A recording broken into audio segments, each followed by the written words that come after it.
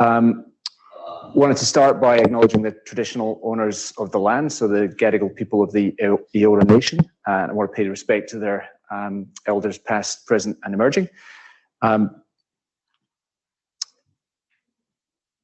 Today, we're going to be talking about the seed gap, which is pretty exciting. Before we get into that though, let me tell you a little bit about Innovation Bay, because we have been going for a long time. Faden and I started it 2002. That's how old I am. Before there was a community, but we helped sort of create the community. For a long time, it just operated as kind of a loose meetup group, but it became more of a pitch event, and then it became more of an education event. So it's kind of morphed all the way through to what you see today. We stand to, our core mission is to help founders. We talk about helping them be successful from idea to IPO and beyond. Of course, there's more than just founders in the ecosystem. You've got investors and government, corporates, and people who just love startups. So we definitely represent them too. But founders for us are the top of the pyramid. And we love it. We've got a team of 7 now. We've got some government support. We've got sponsors, which I wanted to touch on as well. And they're all massively supportive of us and what we do. So let me just give a call out to the sponsors. So some of them are here today. So AWS, I love it. I used to work there. Colette is now part of that team, much bigger team than when I was there. So he's done a great job. IAG Pharmark, KPMG High Growth Ventures, and of course Macquarie, where we are hosted today. So I am about to introduce Evan. So Evan Hinchcliffe is going to give us a quick intro to Macquarie. But thank you for hosting us today, Evan. Let's hear a little bit more. Fantastic.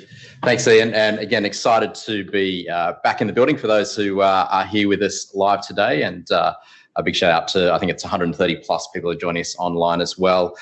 As Ian said, Macquarie is a corporate partner and part of the broader ecosystem, and a massive supporter of Innovation Bay. Macquarie has been a partner with Innovation Bay for, I think it's over 10 years now.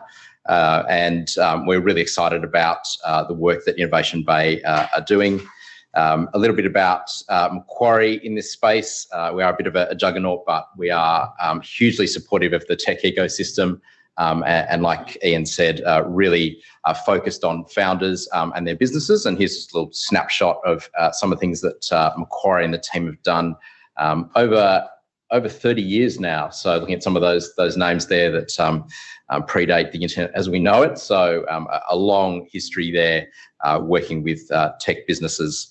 And in terms of what we look for, we look to work with really great entrepreneurs, those that are real domain expertise, ability to attract high quality talent. We're super focused around businesses that are internet enabled, provide software and services and data intensive. And we're looking for businesses that have really strong IP and scale well. So it'd be great to chat to those in the room afterwards. But if you're online as well, please reach out and connect. Hand back to Ian and the panel. All right, awesome. Thank you, Evan. Very supportive of tech businesses.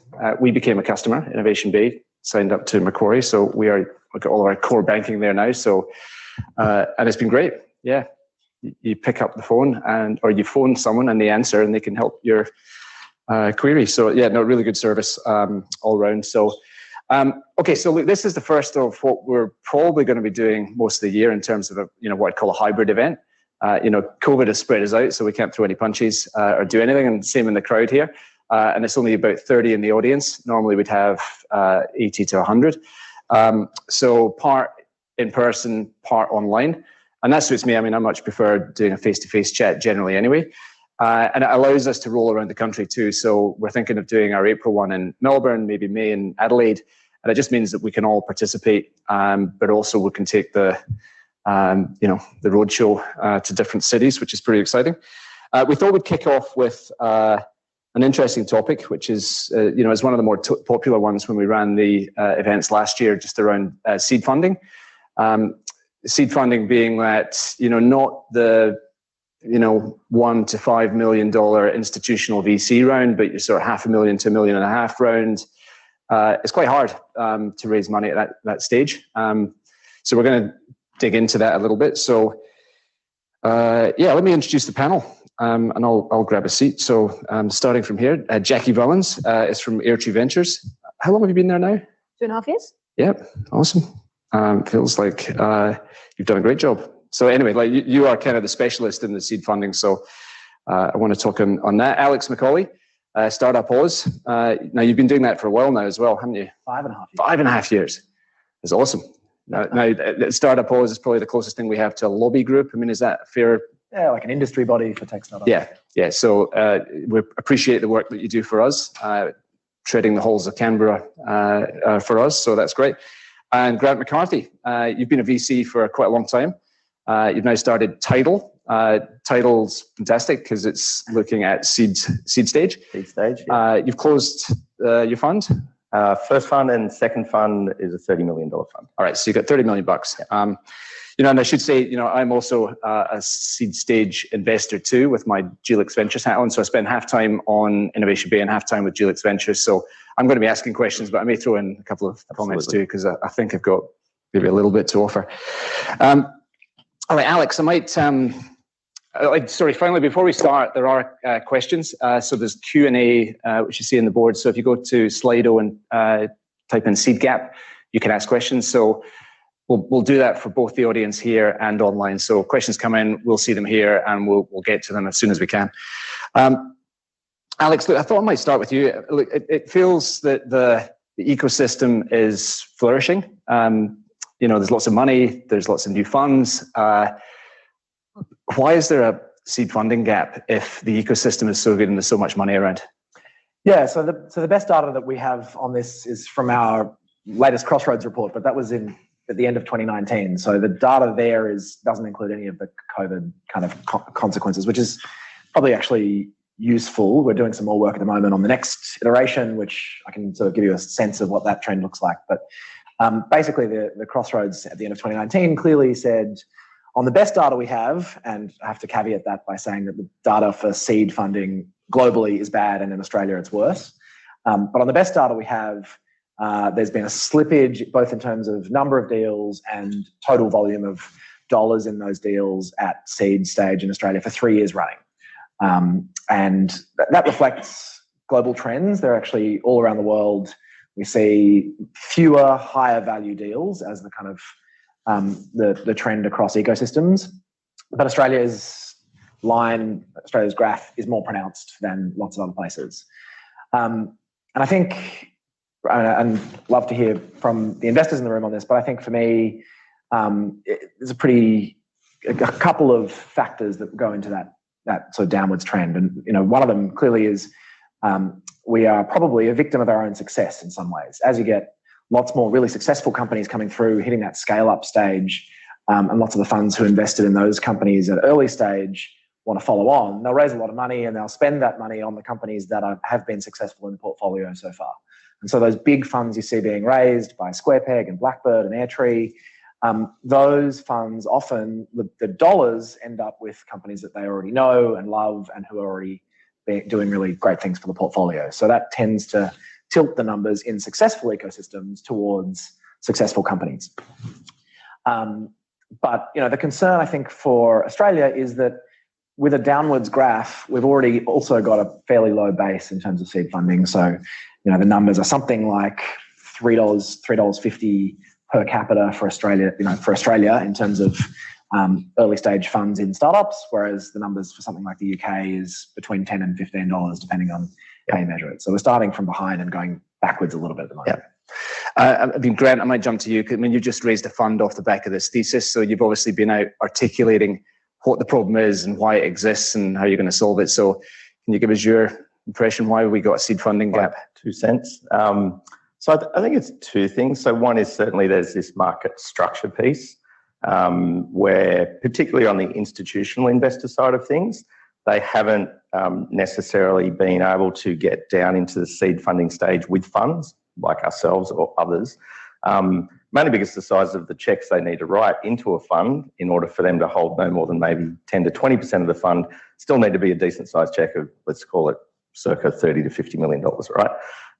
So it's very hard to get sort of that insto money down, and that money has certainly been focused, I guess, more on the Series A and B and later stage growth companies through the likes of Airtree, Blackbird, and SquarePeg. I think the other end of that is, high net worth family offices, et cetera, that have actively played a role, obviously, over the last now 6, 8, 10 years in that angel side of the market, and have done that majority-wise direct, probably, rather than once again through a fund or an investor club or something like that. We've certainly seen a lot more activity, as you would, Ian, with those kinds of investors as well. But there's still, obviously, I guess, two things about our particular part of the cycle, which is the term of that investment. We're very transparent with people. In our view, sort of seed funding out of Australia takes a good 6 to potentially 8 years to mature businesses to a size that you can get an attractive long-term return on. And that kind of, return hurdle in terms of time is a big one, right? Like, there's a lot of other investment opportunities for them to go and turn liquidity on their capital with decent returns in much shorter order than that. Yeah. So, partly it's a gap in terms of the structure of the funding into the market. Partly it's due to timing. However, I will say people are starting to understand that unless there is a, for want of a better term, a pipe of great seed stage companies coming into the market, then there potentially isn't as many great companies at the back end to invest in.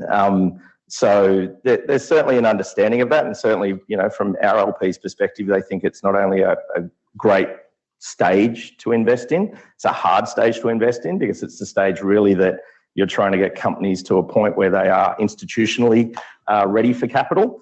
But sorry, Grant, just jumping back, are you suggesting that there's not as many amazing companies coming through? I think the velocity of companies seeking money is more, right? But I do think the expectation that's now in the market about the quality of those companies to extract decent seed capital has increased over the last period, and therefore, on those numbers that Alex is pointing out, there has been less going into that stage. So the quality bar has gone up. Absolutely. As it has in later stage deals as well, as Jackie. So perhaps making fewer investments, but the quality of those investments is higher. Yeah. Right. So there is some positivity here. Yeah, that's good. Jackie, my turn to you. So, Airtree is kind of at the opposite end of the spectrum to Tidal. I'm sure you'll get there, and I think we all have ambitions to have close to $1 billion under management. I mean, it's high hundreds now. Yep. What is the number? Just over 600 at the moment. And then the first fund was 60. I mean, Blackbird's first fund was 30. I mean, it's so much easier when you've got a smaller fund to make smaller checks. I mean, you've got a similar number of partners or people in the investment team. They can only handle a certain number of deals. Therefore, if you've got a bigger fund, you've got to cut bigger checks. So, I mean, the big VCs will talk about doing seed stage, but are they really? I mean, can you give us your impression on how it goes at the investment committee when you take up a seed stage deal?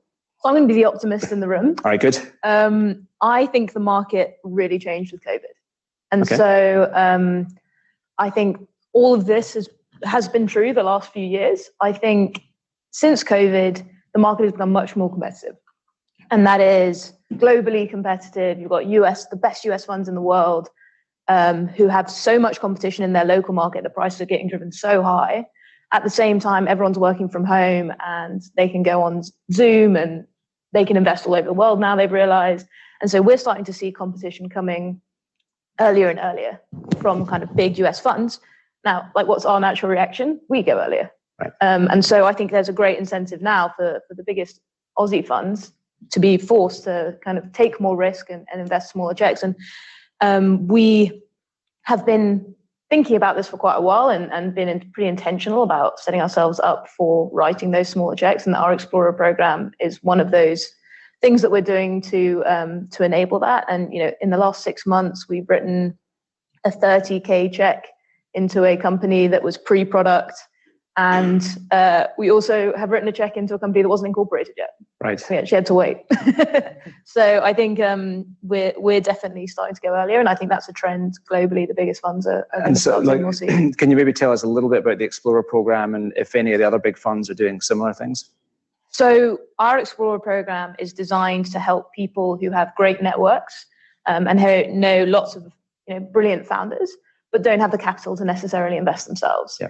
I think the kind of angel investment ecosystem to date has been relatively demographically skewed, and we're kind of trying to change that. And so the way the program's set up is we have 30 explorers, we have a program of education, regular meetups. We're trying to form a community of people who are learning for the first time about angel investing, mixed with some who, are more experienced, and together they're kind of forming theses, forming syndicates. And if they bring us a deal that we then invest in, we give them a bit of capital to invest alongside us, and they become an angel investor. They can own their own piece of that company and exit that whenever they want to. Right. And you're signing people up? Do you want people watching to? Absolutely. So we're hoping to run two cohorts a year. Our first cohort's about 4 months in, and we've written several checks already, which is pretty exciting. I think there's kind of a competitive spirit in there now, to kind of be the one who brings the best company, and that's really exciting. Right. And you don't certainly want to discourage early stage startups from talking to you, because even if you don't apply, you'll have to keep them on your watching list. And oh yeah, absolutely. So I think the explorers, we're going to have to do two cohorts a year, and we're trying to meet founders like at the when they're just starting. Yeah. Seed stage companies should always get in touch with us directly as well. Yeah. All right, thank you, Grant. I might jump back to you because it was something you said in the last discussion about the time scale. I think it was you that talked about that. Yeah. It is a long time. I mean, like tying your money up for. I mean, I thought your 6 to 8 years was quite optimistic. I mean, it's normally a little longer than that. But the reality is, if you invest seed stage, I mean, often a seed stage company will take 2 years often to get to Series A. Yes. So, what would normally be a 8 to 10 year horizon blows out to 10 to 12. Yeah. So there is some downside with it taking longer, but you didn't really talk about the upside. And the reality is, if you go in early, you're investing at somewhere between 3 to 5 million pre-money versus a Series A, which might be 10 to 15. So you don't need as much upside to get more return on your money. I mean, that's true. And I think the other thing people have learned, and I guess this is something that's developed over the last 6 or 7 years again, is if you are seeing signals out of one of these early seed businesses, moving them to their institutional round and being able to accelerate with growth. We certainly had an experience like that with one of our portfolios, Shipit, that, people, even the early, even pre-seed investors want to hold on to their stake in that business. So their ability to then follow on continuously through that cycle has been really positive, I guess the way I'd put it, rather than just sort of going, hey, I've found myself a position at the seed stage on this cap table, and it's all going pretty well. But now, if I think it's one of the winners, their ability to continue to follow has been great. And I guess the other point to that end, on the timing side of things, the other trend we have started to see in the Aussie market, at least, is probably more at the Series B stage, as secondaries are becoming much more common. As Jackie said, we're seeing the same with a lot of the US funds and sort of almost growth equity capital guys, looking at the Australian landscape a lot more aggressively. And that Series B does seem to be the first gate, for want of a better term, that these early investors, whether they be angel or seed, can take some money off the table. All right. It turns out I can't see that screen, but fortunately, I pulled up Slido on my phone. I'm either getting older, it's just a long way away. There's some great questions coming in. So Slido is great because it allows you to vote up or down the questions. So that would really help us just to do that filtering. Otherwise, I'll be spending my whole time staring at the screen. Thanks, Grant. Alex, I want to jump back to you about government support and where we're at. I mean, I'm not even sure who the minister responsible for startups is these days. So it always feels that it's been a bit of a moving feast, is fair to say. And, has it been amazing? And we all talk about the R&D tax reclaim, and I think that has been terrific. But what else is government doing? Again, personally speaking, with Innovation Bay, we have had a lot of support over the years from state governments, like Launchfic in particular has been an amazing agency. The South Australian government has been fantastic. We're talking to Queensland. Who do we talk to in the Feds? So can you just give us a perspective of government and support, and maybe try and tie it back to the seed stage discussion if you can? Yeah, sure. I mean, the trend basically has been, Malcolm Turnbull sort of kicked off the sort of thing with government supporting startups in Australia back when he was PM. Basically, the first thing he did was $1 billion for innovation in science with the National Innovation in Science agenda. And then 5 minutes later, the Liberal Party felt like they lost the next election. They won, but only had a 1-seat majority. And so it was it felt like a loss in the party. I think lots of people saw that as being tied to his focus on startups and innovation and this big scary idea that people were going to, disrupt and that was going to cost jobs and all the rest of it. And so they haven't done heaps since then. And what they have done, they've done quietly. So I think a lot of Australia's growth in capital in VC actually can be, there's a bright line between that and the ESV-CLP regime, which is basically a tax regime that the government brought in. It stands for Early Stage Venture Capital Limited Partnership. And it's this tax structure that all the VCs have set up with, which is basically that the limited partners don't pay any tax. The contributors to the funds don't pay any tax on the wins that they get out of the fund. So that's really seen a lot of money driving towards VC over the last 8 or 9 years. And so I think in terms of government incentives to get into investing, it's a big part of the scene. There's also another program called the Early Stage Innovation Company Grant, which is basically an angel investor tax incentive, which has sort of had a bit more of a mixed result. We're talking to government at the moment about how we expand the remit there to get more companies eligible. And then, as you say, state governments have kind of taken over really in terms of dollars invested in startup ecosystems. You've got Sydney Startup Hub built just up the road, mostly on government dollars. They're now building Tech Central down the road, which is going to be one of the biggest tech precincts in the world. LaunchVic has been fantastic. Advanced Queensland's been fantastic. In South Australia, the government's got a whole range of measures that they're doing there, including also a big precinct in Adelaide. So increasingly, I think state governments have taken up the mantle. And there is a minister for startups at the federal level. It's in the latest reshuffle. Jane Hume, who's a senator from Victoria, took over as the Minister for the Digital Economy, which is a new portfolio. So sort of hoping to see maybe a little bit more focused attention on digital economy. And have you met Jane? Yeah. She good? Yeah, she's good. And she's been working Well, you've got to say that because it's public. So well, no, I mean, look, to be honest, anyone who's in that portfolio for us is good because they're likely to be the most focused on this stuff of anyone in the government. Yeah. So, and it's her background. Has she done any private sector tech work? Or? I don't know the answer to that, but in her previous role before she was the Minister for Digital Economy, she was Minister Assisting for the Digital Economy and has been working on it for a few years. So not coming to it totally fresh. Right. So are you net positive that the feds are going to do more in this space or not? Yeah, I think so. I am, because I think one thing is that they sort of saw the $1 billion in innovation and science as sort of deal done for a while. That took 4 years to roll out, and that was from 2016 to 2020. And so I think there is a sense that there's now room to do more.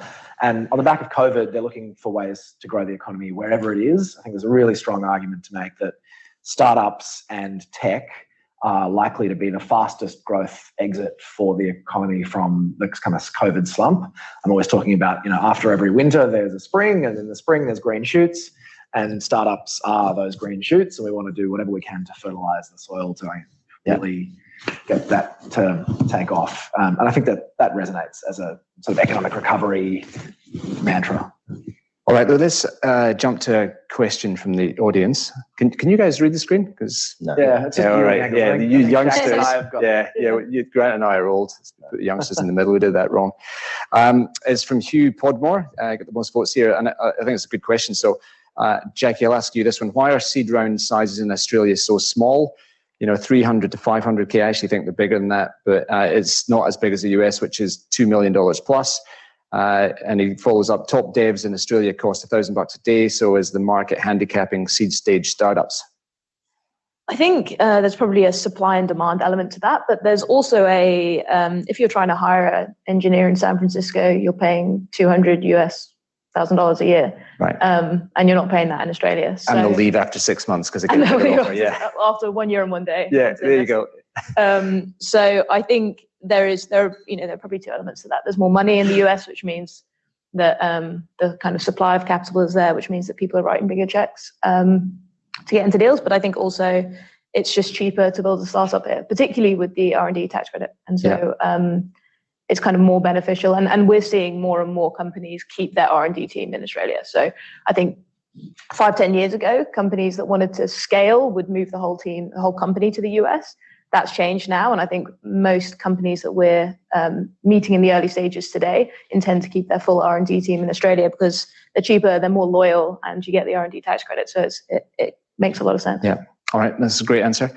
Grant, I want to talk about angel investment. I don't think it's really been mentioned here, as part of the challenge we see in the seed funding gap. But I think it's true. Innovation Bay has been working in that angel space for probably 10 years now with our pitch dinners and whatnot. And, we've come up with a new idea, which is to roll out memberships, which, Horizon Club. So I didn't touch on it in the intro, but we have a tier of angel members who are paying called Horizon, and that's curated deal flow and I guess a little bit of a lot of networking and education. So if you want to find out about sector and get some fantastic curated deals coming through, that's what we're doing.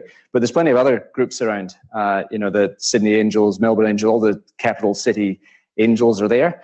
And it's super important. Angel investors, that's part of the reason that LaunchVic supported us to do it, and South Australia is doing the same. Without angels, you're kind of missing out on that, the fuel, I guess, for that seed funding stage. So your perspective on angels and what we can do to encourage it. Yeah, I think, I guess the thing we're starting to see the development of in that seed stage, and full transparency, I'm part of that Horizon Club that Innovation Bay have done. Was it any good? It's okay. Oh, yeah. No, but I think what we're starting to see evolve in that, once again, it's sort of, pardon the pun, but all tides rise kind of thing, is the fact that the level of sophistication by angel these days is far greater than it was 3 or 4 years ago. They're much more comfortable moving into clubs in deals, whether they're going directly or at least have a lead around 3 or 4 people. And there's certainly more, what I'd say is collaborative in a sense of trying to get a venture firm engaged with the business as the business is trying to move into that next stage. And, to the earlier question, I'm like you, and I think a decent seed round in Australia is still probably about $1.5 to $2 million. But that first sort of $500,000 to $1 million where you have these angel syndicates or clubs in that precursor to a company, maybe having 20 or 30 customers and a bit of annual recurring revenue, etc. That's certainly that part of the market has certainly formalised a lot more over the last sort of 4 or 5 years. And I guess that's also because of programs like the fellowship with Startmates to an extent, and Antler and those kind of programs as well, which is bringing up these kind of early stage businesses to let those angels get access to something on a broader platform. Yeah, and I might add to that and just talk about the importance of syndicate leads. Yes. Because there's a ton of cash out there. Yes. People aren't traveling. There's who wants to do the work. Yeah, but they need leadership in a deal. So someone's got to put their hand up and say, I'm going to lead this. I'm going to do the hard yards of negotiating term sheet and legals and all the rest of it. And there are good syndicates. Gelix has done, I think, 7 syndicate deals in the last year, and they've been easier is a relative term, but we've over allocated in all of them. And it was never the case like that before last year. So there's definitely cash and it needs leadership. But it's just, how do we unlock angel investment cash? I'll give you guys a chance. Anyone want to touch on angels and how to unlock the cash? Well, I think there's another kind of movement that's happening with the evolution of the market, that there are going to be a lot of these really successful businesses that have been built over the last 8 years. They're going to IPO at some point, and they're going to have a whole bunch of employees who are wealthy beyond their wildest dreams. Certainly have enough to pay off a mortgage and start thinking about angel investing. Yeah. And a lot of these people want to give back. They've been fortunate to be in the right place at the right time. And I think they want to pay it forward. And so that's a pretty exciting development I think we'll start to see in the next few years. You've also got secondaries coming in. So like in the old days, it was just, you had to be acquired or get an IPO to get cash back, but there's now secondary market. Grant, you're nodding. Observation on secondary and how important that's going to be for funds and investors. Yeah, it's critical because it just enables this liquidity to turn back over into the market, right? So whether it's, once again, early stage angel investors or early seed investors taking some money out so that the cap table can be consolidated, cleaned up, or whether it's the fact that those that secondary capital is being used by them to go and start their own little club of funds or whatever it might be. I think of Matt Brown and Matt Allen and those guys, what they've done after some of their successful exits over the last couple of years, and now building up funds and different models to go and fund startups in the market. To Jackie's point, like that's what makes Silicon Valley what it is, right? Like Silicon Valley works because Facebook lists or Google listed back in the day, or Snowflake listed last year, and all of a sudden there is literally, a few $1 billion washing around that can go back into early stage businesses by senior execs and other employees. Yeah. So there's one gap, and I'll start moving to questions from the audience. So Dan Farahani from Sydney Angels. Alex, I'll throw this to you. So it's about the sophisticated investor rule. It's all very well wanting to be an angel investor, but you really have to be sophisticated. So I think that's 250,000 income over the last 2 years, or $2.5 million of net asset. And that's quite a high bar for people to get in. Yet you can go down to the Crown Casino, if it's operating wherever, and blow $10,000 without a sophisticated tag. So what's going on with that, and what can we do? Yeah, I mean, this is the kind of protection that is very popular with governments, particularly in Australia. We had a long conversation with Treasury back in 2016 about the sophisticated investor rules, specifically with relation to the early stage innovation company incentives that were coming in then. Basically the early stage innovation company incentives, the angel investor tax incentives say, well, if you invest in an early stage company that qualifies, you won't pay any capital gains tax on an exit within 10 years from that investment. And so that's a big win potentially for angel investors. And Treasury said, well, we want to limit that to sophisticated investors. So people, who have got a lot of money to invest. And we said, well, hang on, doesn't make even more sense for the unlikely angel investors to get the wins from a tax incentive rather than the most sophisticated investors who have got access to all the deals in the country. And in the end, we won that argument, and you don't have to be a sophisticated investor to qualify for ESIC, which is great. But in general, the sort of principle that emerged there was that Treasury is very focused on making sure that, from a probity perspective, there aren't just a flood of retail investors investing in, companies that don't have a prospectus, that are super risky, that, they don't want private company investment to turn into basically, an unlisted stock market where just anyone can go out and chuck money at early stage deals and, lose the lot basically. So they're really worried from a retail politics perspective about mum and dad investors, granddad and grandma up on the Central Coast who kind of get called up out of the blue by some shonky founder who, pitches them an investment and then steals their money, basically. So that's fundamentally what. If you want to do that, you just get in Wall Street Bets and Reddit, don't you? Yeah, exactly right. Yeah. All right, thank you. Does anyone else want to touch on sophisticated investors? Grant? No, we all understand why that rule's in place. There's obviously people have built vehicles to get around that at times too, not necessarily in our space, but obviously in things like property and whatever else. So it's, it kind of is what it is. I got to say, I don't love it. I think the bar is too high. Yeah. Maybe there should be a bar, but it is pretty high. So it disenfranchises those that want to invest with those that can but probably won't. Essentially, we should have a sophisticated gambler. Yeah. I like that idea. Yeah, maybe we should. All right, a question from Valerie. This is for you, Jax. What is some advice for startups seeking VC investment at seed level? So just asking for the secret to the Holy Grail. What qualities in the founder company had made Airtree decide to write a $30,000 check? So I think really at that stage, it's about the person and their unique insight into the market. And so what we're trying to understand is, in that founding team, do you have a kind of complementary set of skills that make you uniquely qualified to solve this problem? And do you have a way of looking at this problem in this market that we haven't heard before? That I always feel like the best examples are when someone pitches you an idea or a company and you just go, oh, that doesn't exist yet. And it's like, it's kind of seems so obvious and it's so crazy that it doesn't yet exist. Or when people see markets emerging before they come out because they're sitting right on the edge of that technology or that market. So I think it's really kind of getting your narrative and your storytelling around why you and why is this idea going to work. Yeah. There's a follow-up. Am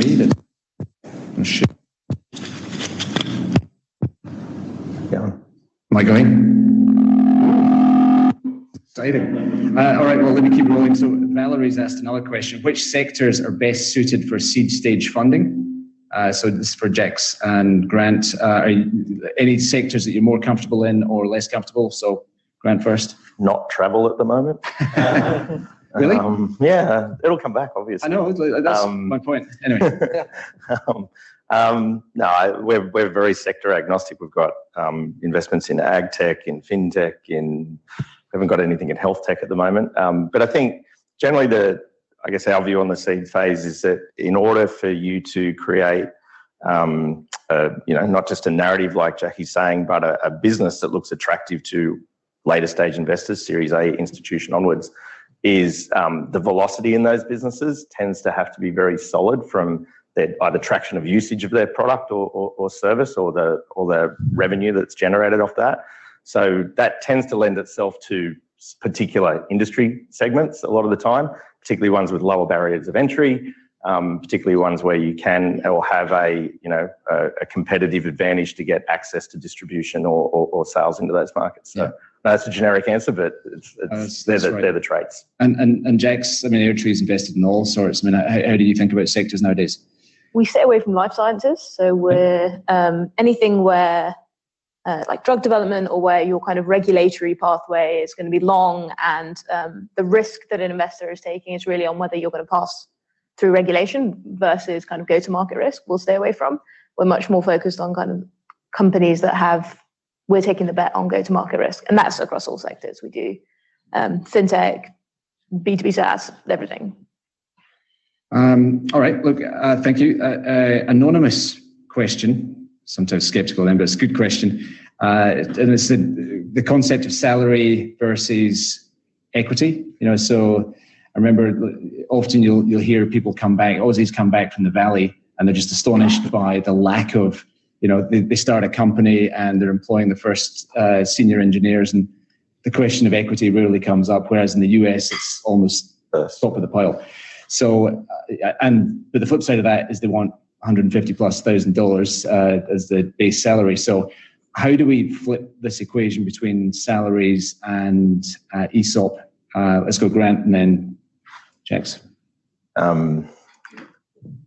Way more exits, so that those employees believe that equity might be worth something, I guess. I mean, there's just a structural issue still in Australia whereby we have a relatively high cost of living, particularly people living in Sydney and Melbourne, and people need to earn a certain amount of money to stay whole, so to speak. And if you're going in early in a business, it's great. But just like an investor, if you're an employee and getting options in something, it's a long cycle to potentially get some of that money out. Once again, we talked about it before in terms of secondaries and those kind of things. If that part of the market continues to develop, then that cycle is going to be certainly shorter than it has been in the past. Like, they won't have to get the full exits based on vesting and exercising their options and stuff, but we're still a ways to go in that space, I think. And Jax? Yeah, I think similar to Grant. I think as soon as people start seeing their friends become millionaires, it'll all change quite quickly. But until then, I think... they're all buying their house in Byron.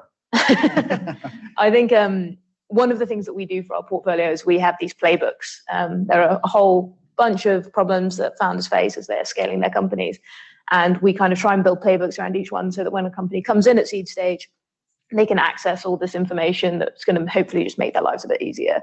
One of the things we have is a kind of Esop calculator that essentially is, show this to your employees when they come in and almost like work with them to show them, if the company's worth this, what will these options be worth? And if the company's worth this, and kind of give them different options of salary and equity and help them kind of conceptualize what it actually means, because I think it can be very confusing for people when they come in and there's either they're offered a certain percentage of a company that technically, like they don't really know what it's worth, or they're given a number of shares and they don't know what that's worth. Yeah. And so just make it simple and easy to understand. And Alex, I think there's been the Crossroads, I'm sure, has talked about ESOP before and how regulation applies. So thoughts on that one? Yeah, well, firstly, let me say, two venture investors talking about, the solution to the problem is more exits. I think you're right.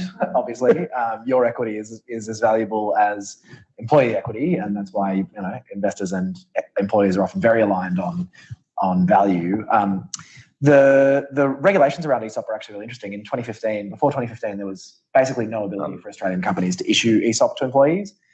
Because the tax regulations around it were so prohibitive that getting equity in the company you work for was actually bad from a tax perspective. You paid tax on the value of that equity at the time of issuing the options. Even if it was worthless later. Yeah, even if it was worthless later. So you might see a really big tax bill and then actually not make any money off it at all. It's much better now, but there are still some areas for improvement. There's actually a Senate inquiry happening at the moment about what should happen with ESOP.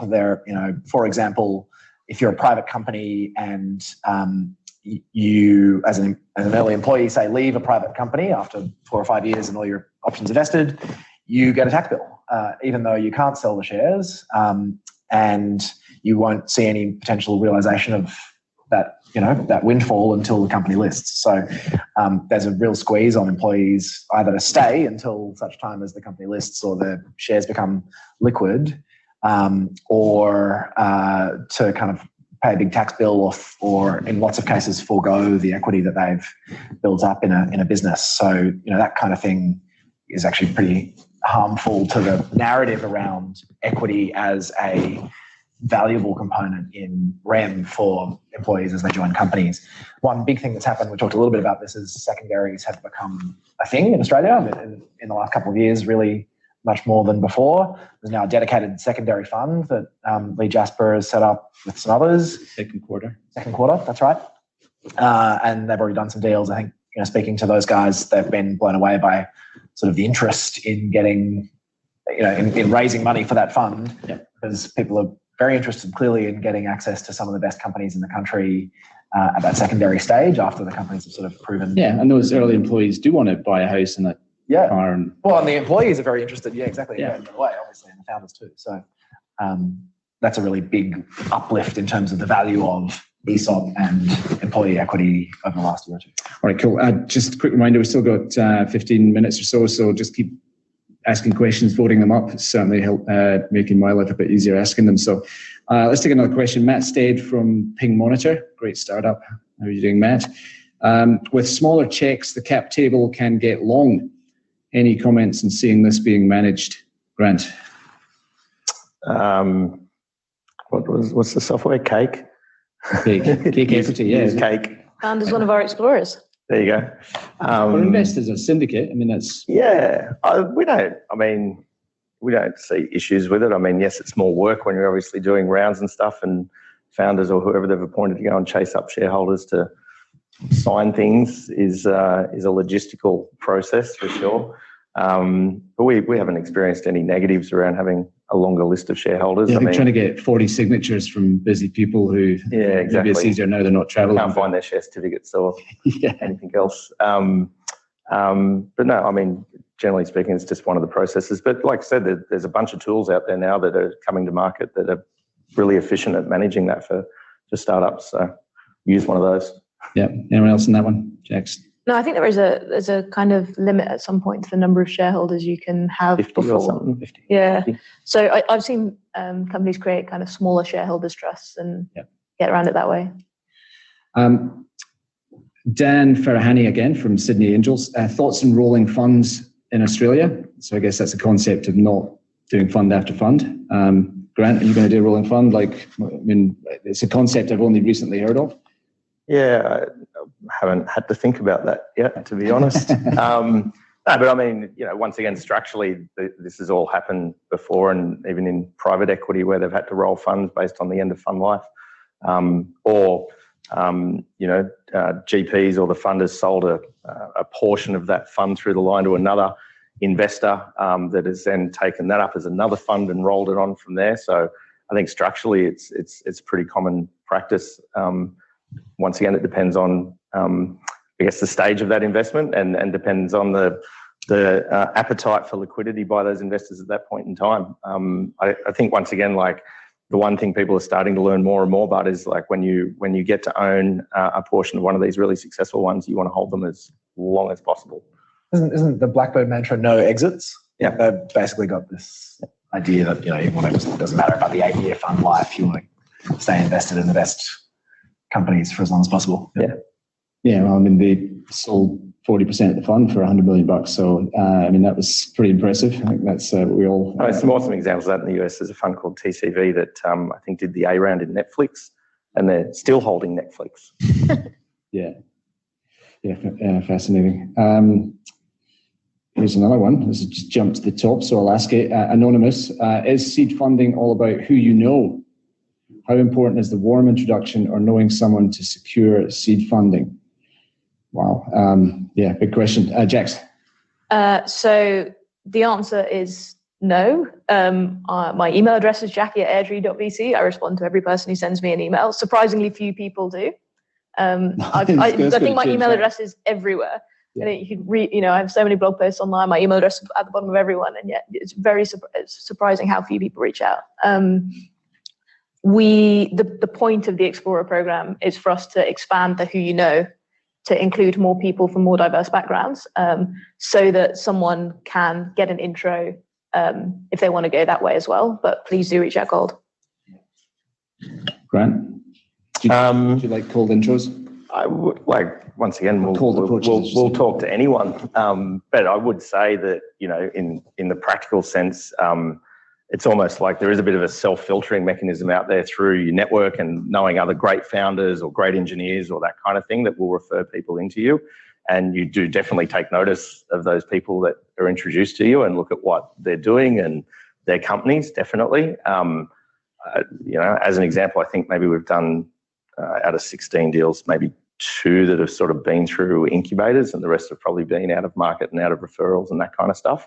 But like you, mate, it's definitely, there's networks out there, and as entrepreneurs, you just need to find your way through those networks or directly into Jackie's email or my email or whatever it might be. Yeah, look, I mean, we've got similar stats to yours, Grant. I mean, it's probably 2 or 3 of the 22 that we've done have been cold in that sense. Yeah. I mean, and my observation in this is the hustle involved in finding your way to approach someone relatively warm is very similar to the hustle involved in landing your first customer or convincing a staff member to join. So it's kind of a bar. I don't think it's the only thing. No. And, if you're a shy developer who is the most brilliant engineer ever, you don't want to disenfranchise them, but there is a bit of a bar. Sorry, Alex. One saying, the who you know thing makes it sound like it's a bit of a club and only people who are already investors are going to get money. But I mean, there's that old adage, if you ask for money, you get advice. If you ask for advice, you get money. Right. And I think a lot of the time... Yoda said that. Sorry? Sure, Yoda said that. Yeah, exactly. If you ask... I think a lot of the time, Jackie's point is like, if you reach out and get some advice or go for a coffee or, introduce yourself, then the people that you're asking for money. It doesn't have to be the fact, you don't have to have known them for years or go to school with them or have been at... Well, I think GSB with them or something. Important part of that is like founders themselves. Their job is to sort of interview VCs. While we're going through the process of figuring out to invest in them, they've got to have a view on who the right investor is for their business, because we're not all the same and we all have different skill sets and focuses. And so it's really important for them, to your point, and like to show some hustle and get around and meet as many as possible. And to your point, I sort of ask advice. It's not, you don't walk in the door the first day and say, I want $1 million. Like, you got to form a relationship with each other, because, if we invest, we're there together for a long time. Here's a chance to get your name in the press, because Cara Waters from The Age is asking questions. Jackie, what impact has COVID had on seed investing?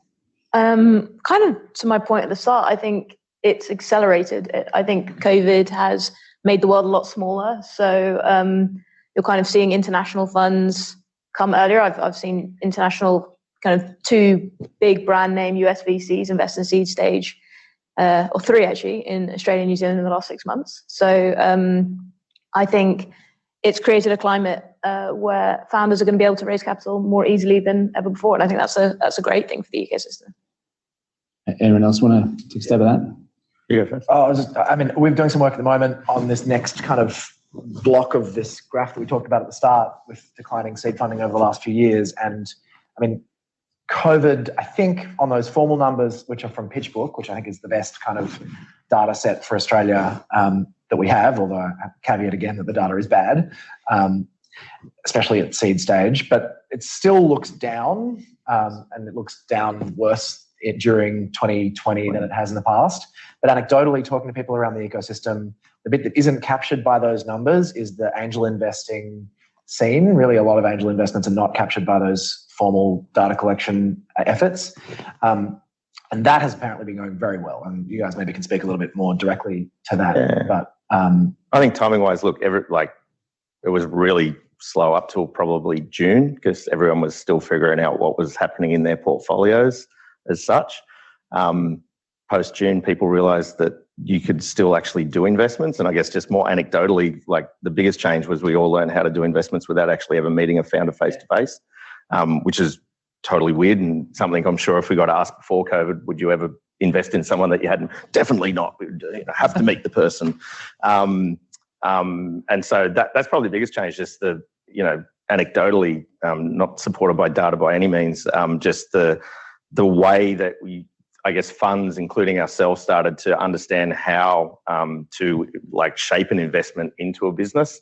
Probably took us I think we did 3 or 4 deals last year, one right at the beginning of the year in January, and then 3 September, October, November, kind of in a line kind of thing, because we just built up a bit more, to Jackie's point, a bit of a playbook, our own playbook about how we went about thinking about investing in these things. I think if there was a confidence chart for last year, it kind of felt, if you remember, the March, April last year, everyone was shitting their pants. It was terrifying. The first event that we put on a week into lockdown, we had 600 people join us, and I think they were just shit scared. They didn't know what was going on and just wanted to find out. So confidence fell off a cliff. But then you're right, Grant, it came back up, and Gillets was the same. We did 7 deals last year, which is the most we've ever done. Yeah. 6 was the best before, and that was all from July. Yep. And it was just every time we put a deal out, the deals were good, and we put them out, and it was to a very receptive audience. Yep. So people were very interested in it. And but the reality is, we've been talking about this too, COVID, after an economic crisis like COVID or the GFC, technology is one of the enablers or one of the sectors that is going to succeed on the other side of that. So I think, Cara, to your question, which you can quote us all on, it's been a positive. And there's a lot of money out there at the moment looking for a home as well as the other. And of course, we've had not just run-ups in capital markets. Yeah, not just here, but also overseas. So it's a good time to be thinking about, taking advantage of some of the opportunities that have sprung up. Alex, I'm going to deviate from the questions here and try and dig a little more into this data question, because you touched on it at the start. We've seen it forever. Even when I was at AWS, just trying to find data on what is going on in the Australian startup. We don't have Crunchbase or Mattermark or DataFox or any of those things. And it is particularly bad at that funding stage. Angel deals are done, and there's no incentive whatsoever to announce it or talk about it. How do we fix this? Yeah, it's a tough problem in a sort of medium to small market. The best data sources we've got here are often US data sources that happen to have kind of reached out and established a presence here and have some customers here as a result. But it's setting up a business that's focused specifically on collecting data from Australian early stage funds is a terrible idea, really. It's no one's going to invest in that business because it's a small market. The number of deals that you're tracking are going to be low. There is some good work being done. Tech Board, which is a few people out in WA, have actually done a really good job sort of tracking lots of the venture stuff, but that's usually at a later stage. I think that we talked a little bit in the Crossroads about one of the answers being actually collating some of the angel groups, getting an angel investment kind of, representative body, probably supported by governments at some level, to do some data collection and analysis, to talk a little bit about what policy challenges early stage funding faces in Australia, and kind of be a voice for that early stage and seed funding layer, which otherwise is pretty disparate. It's a bit of a kind of cottage industry with a few collective groups, but mostly individuals. And so having a little bit of unification of that sector, I think, would be really powerful particularly for the data piece, but for some other questions as well. All right, we're 4 minutes to go, so we've maybe got time for a couple more quick ones. Another question from Valerie. And Jax, I'll throw this to you, even though Valerie's asked Alex, so I'll get your input too. But Jax first. Any ideas on what can be done on an ecosystem or government level to encourage a more diverse generation of founders? On an ecosystem or government level? Yeah. I think there's the female founders grant that came out last year that was pretty impressive. I think quite a few people I've heard that's been good. got money from that, and I think that's been really helpful. I'm not great on. I'll kind of pass over to Alex on kind of what the government can do, but it's really encouraging to start seeing it as an area of focus. Yeah, Alex. Yeah, I mean, I think government is trying to do things, including female founders grant. There's a number of grants specifically available for underrepresented groups in startups, whether it's Indigenous or immigrant or women. I think a lot of it has to be ecosystem led. A big part of the numbers globally around, for example, women in startups is that actually, even though 20-something% of founding teams have a woman in them, a much smaller percentage of the dollars that go to startups end up in female-led startups. So the government can only do so much there. That's a lot of that's about who investors are talking to, what the networks look like, what the rooms for events like this look like, and that I think is back on all of us in the ecosystem to make sure that we're doing what we can to improve constantly the diversity of the rooms that we're in and the conversations that we're having. Yeah. And obviously, I'm going to keep talking about the Explorer program, but kind of one of the things that was why it was really important for us for that group to be really diverse. Yeah. It's the only way we get to meet more diverse networks is by kind of having more diverse potential and angel investors. Yeah, and it's so important. I mean, more diverse teams ultimately are more valuable, and it's not just about the economics, it's also about enjoyment. I mean, it's more fun hanging out with a diverse group of people. All right, let's take the last question and we'll make it a nice positive one. And, I think a lot of the audience, certainly online, are founders. So this is from Anonymous. Is there something you believe seed stage founders are not doing that investors want to see? Something that would make me more attractive to invest in. So again, it's the $1 million question or $10 million question or whatever you're raising. Jackie, what can founders do to impress you? I think the kind of hacky things that don't scale ways of proving that someone wants your product or that you're solving a real problem. I think with no-code tools where they are now, there are just a lot of ways now that you can hack something together that just gives early proof that this is a problem that needs to be solved. You can do that without spending a huge amount of money, and that can give investors confidence that customers love what you're doing. Yeah, that's such a good point. Grant? I'd say just spend more time thinking about the why, why what you're doing here is going to make a real difference to whatever market or sector you're in, and being able to articulate that really simply and clearly. Still, the biggest challenge and time we tend to find spending with early stage founders is sort of pulling apart what their business is actually going to do. And so being able to articulate that really clearly to people and why that's a really important problem to solve is probably the things that we'd like to focus on. All right, we've got still 23 questions on the list, so this has been fantastic. It's made my life much easier. But we're going to call it because I want to finish on time, and it's 8:59 and a bit. So I would like to thank our panel. So Grant, Alex, Jackie, let's have a round of applause. Yeah.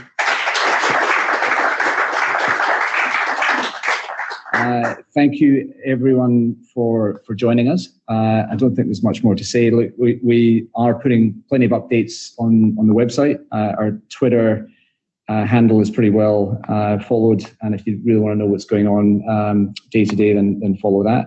We will be doing this, as I said, around the country, so look forward to that. Macquarie, Evan, thank you.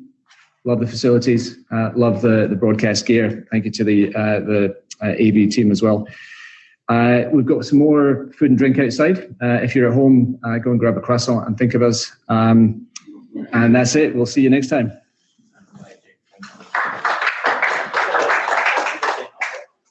All right.